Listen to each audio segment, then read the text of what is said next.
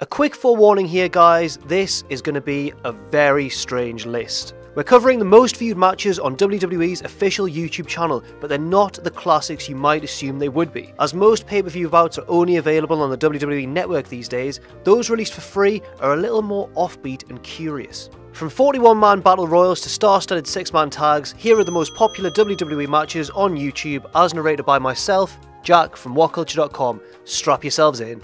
Number 10, John Cena and Undertaker vs DX vs Jericho. The November 16th, 2009 edition of Raw is most remembered for Kofi Kingston's astonishing leg drop on Randy Orton, but it also featured a mammoth Madison Square Garden main event featuring 6 bona fide legends. The story of the match sees unified tag champs Jericho face off against WWE Champion John Cena and World Heavyweight Champion Undertaker. That explains their roles in the match, and DX are in there because they're really cool, I guess. Undertaker's entrance stretches on for 3 minutes, and it's the whole works. It's almost like a WrestleMania entrance. It includes the flaming torches and the druids and the chanting. It's ludicrously over the top for what is essentially a house show style main event, but it's also awesome as well. A particular highlight includes Shawn Michaels tagging in to face Taker, having lost to him at Mania 25 earlier the same year, and he immediately strips off his DX wristbands as if to go, come on, I'm serious now, I don't want this lime green bullshit all over me.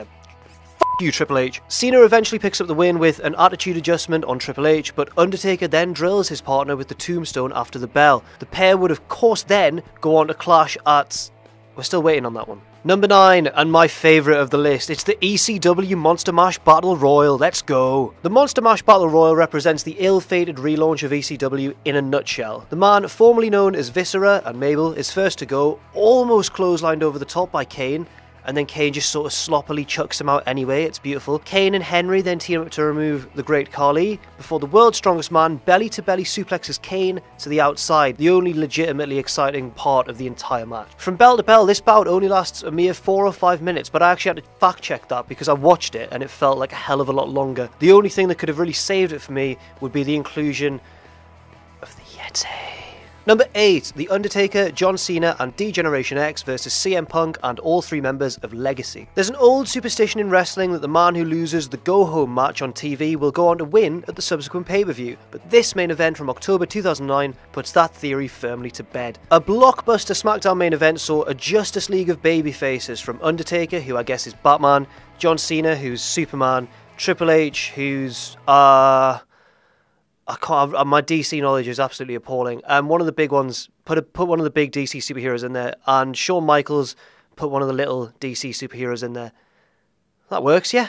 Good. Thanks, editor. Cheers, mate. And the Justice League takes on Randy Orton's Legacy faction. CM Punk's in there too, but I'm not sure if he really warrants a mention given the fact that he spends most of the match running away from The Undertaker. The faces eventually stand tall. Orton eats the pinfall after a tombstone piledriver, and then just a few days later, at Hell in a Cell, the faces would stand tall again, kind of throwing away the theory that the man who loses on the go-home show will win at the pay-per-view, because the heels just lost again. DX beat Legacy in a Hell in a Cell tag team main event, and Undertaker beheaded CM Punk in the Hell in a Cell match. It was a very disappointing end to his World Heavyweight Championship reign. However, there was one flaunting of that old traditional superstition, because the Viper, having eaten the pinfall in the match on TV, would go on to defeat John Cena and become the next WWE Champion. Number 7, John Cena versus Randy Orton versus Triple H versus The Big Show. Unlike many matches on this list, the ECW Monster Mash Battle Royal, the inclusion of this one is easily understandable. The stakes on this June 2009 edition of Raw were very high, the WWE Championship to be precise. Having torn his bicep, Batista was forced to vacate the belt, leading to this fatal four-way between Cena, Orton, Triple H and Show. The match features a very, very convincing false finish, as the game nails Big Show with a pedigree, only for Cena to dash in and hit the attitude adjustment on the game. Then he throws Triple H out and covers the Giant, only for Big Show to astonishingly kick out. That's a really remarkable feat given the fact that the pedigree is the most devastating finisher ever, as WWE will never ever let us forget ever in the history of time ever. Eventually there's an ensuing medley of signature moves, and Randy Orton finishes off Big Show once and for all with the RKO, allowing him to grab the pinfall and walk out the new WWE Champion. Lovely stuff. I'm noticing a theme here that WWE, whenever they're in a tight spot and they need to insert a new emergency champion, around the turn of the last decade, they really did love to put Randy Orton in that spot, didn't they? Strange one. Don't be surprised to see the Viper crop up at WrestleMania 55, hobble down to the ring on his Zimmer frame, and cash in on whoever's the champion at the time. I'm guessing it'll be like the love child of Seth Rollins and Sasha Banks or something like that. Some amazing wrestler. Number 6, Kane and Undertaker, the Brothers of Destruction versus Mr. Kennedy and MVP. The Brothers of Destruction are like an eclipse, basically. Everyone says, oh, it's the eclipse, you'll never see it again. But then a few years later, you'll see another one and you'll hear about it, and it looks pretty much the same. Yes, I'm very ignorant. Anyway, my point is that the Brothers of Destruction, Undertaker and Kane, reunite every so often to put a hurt in on whoever might stand in their way. The unfortunate souls on this November 2006 edition of SmackDown were the up-and-coming MVP and Mr. Kennedy. That was the creepiest thing I've ever done. The sheer burial of new talent in this match is astonishing in its blatancy. At one stage, JBL actually says on commentary, Kennedy had a future in this business until tonight. Wow, you can hear the shovel being scraped on top of that freshly dug mound of dirt, can't you? Undertaker and Kane let the heels get very little offense in, and the pair are almost treated like comedy jobbers at certain stages of the match. They attempt to flee, for example, only for Teddy Long to restart the match with no countouts, player, holla holla. Kennedy then gives Taker a low blow, only for Teddy to come out again and rule out DQs, holla holla.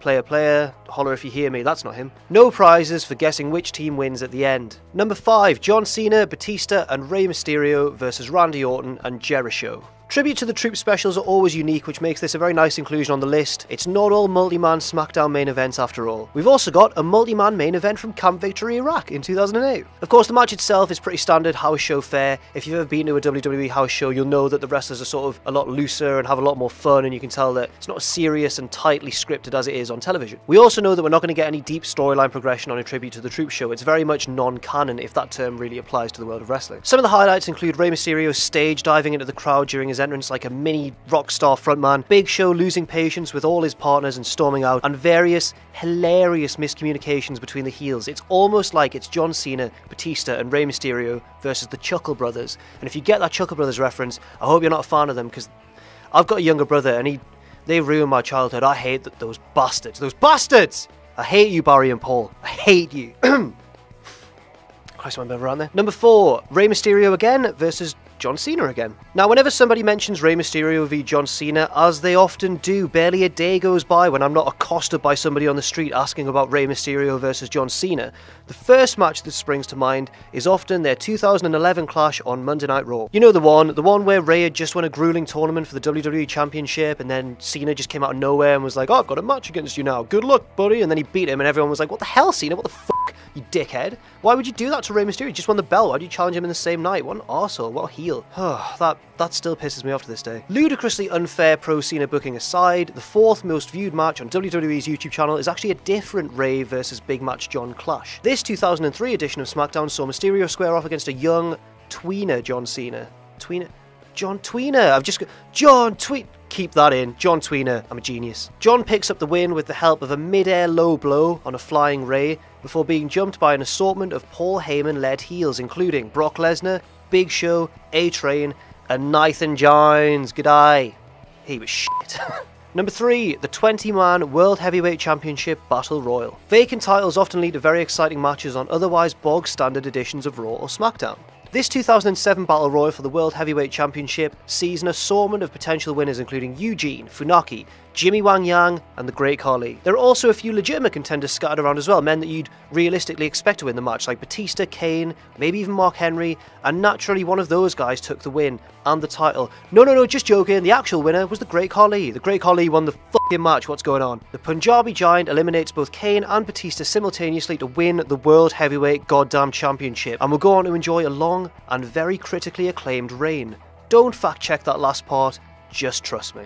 Number 2, John Cena and Randy Orton versus the entire Raw roster. Let's get ourselves strapped in for this one, boys and girls. John Cena and Randy Orton are often criticised for their sustained, arguably monotonous periods of success in WWE, especially the former John Cena. What better way to right those wrongs than to pit the pair against every single member of the Raw roster in 2008? The pair of superheroes set about systematically eliminating every opponent before them, FU after FU, RKO after sweet RKO. The masses, that's the wrestlers, not the fans, but we were annoyed as well, but the masses, frustrated at being beaten by 2 actual supermen, decided to cheat and get themselves all disqualified. Yes, John Cena and Randy Orton beat the entire Raw roster. After the bell, everything devolves into a messy brawl, during which Cena proceeds to decimate several opponents with just massive chair shots to the head. It's actually quite uncomfortable to watch in this day and age. Then JBL and Umaga have a little brawl between themselves, even though they're on the same team, which is at least something different. It's not an FU or an RKO. Finally, with Cena and Orton weary in the middle of the ring,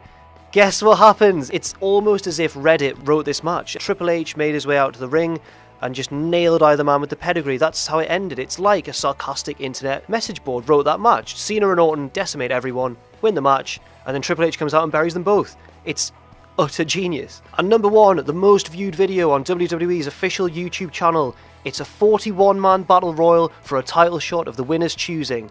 Obviously, how did you not guess that? Duh. Yes, this match featured a whole host of SmackDown superstars, including Randy Orton, Wade Barrett, Jack Swagger, and Alberto Del Rio. In fact, those four men were the final four in the match. Then Orton swiftly eliminated all three and seemingly won, only for the dastardly Miz to slide in from his hiding place at ringside. They actually had a really nice back and forth battle. You couldn't genuinely tell who was going to win, but then eventually Randy eliminated Miz via an RKO on the apron, the hardest part of a wrestling ring, in case you didn't know that. And then both men flopped to the outside, but Miz clearly landed first. It was a very nice finishing sequence. I've been ripping on a lot of matches on this list, but this one was actually quite decent. Randy then got on the microphone and announced that he'd face Mark Henry for the World Heavyweight Championship, and that match would take place later in the same night. And that match ended in a DQ. That led to Big Show versus Mark Henry at the next pay-per-view.